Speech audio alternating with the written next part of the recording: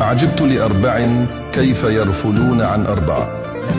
عجبت لمن ابتلي بغم كيف يرفل عن قول لا إله إلا أنت سبحانك إني كنت من الظالمين. والله يقول فاستجبنا له ونجيناه من الغم.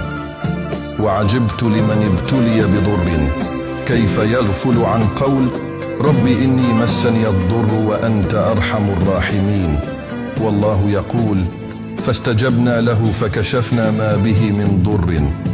وعجبت لمن ابتلي بخوف كيف يغفل عن قول حسبنا الله ونعم الوكيل. والله يقول فانقلبوا بنعمة من الله وفضل لم يمسسهم سوء.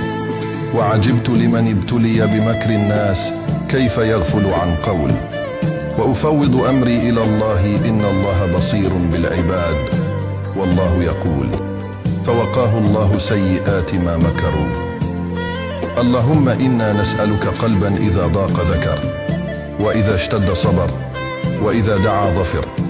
اللهم اجعلنا ممن إذا نزل بهم الغم لجأوا إليك وإذا أحاط بهم الضر توكلوا عليك وإذا خافوا استعاذوا بحماك وإذا كادهم الناس فوضوا أمرهم إليك.